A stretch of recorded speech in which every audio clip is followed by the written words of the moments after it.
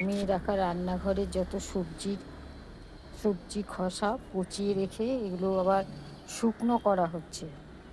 ওর জলটা গাছে দেওয়া হয়েছে, আবার এইগুলো শুকনো করে মাটির সঙ্গে মিশিয়ে সার বানানো হবে। গাছের জন্য এই সারটা খুবই উপকারী।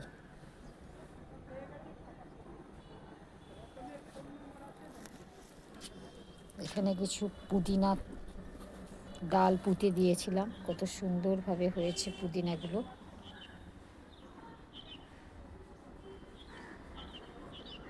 বাজারে তো একটুখানি পুদিনারই অনেক দাম, টবে লাগিয়ে রাখলে কত সুন্দরভাবে গাছগুলো হয় আর প্রয়োজনে পাওয়াও যায়।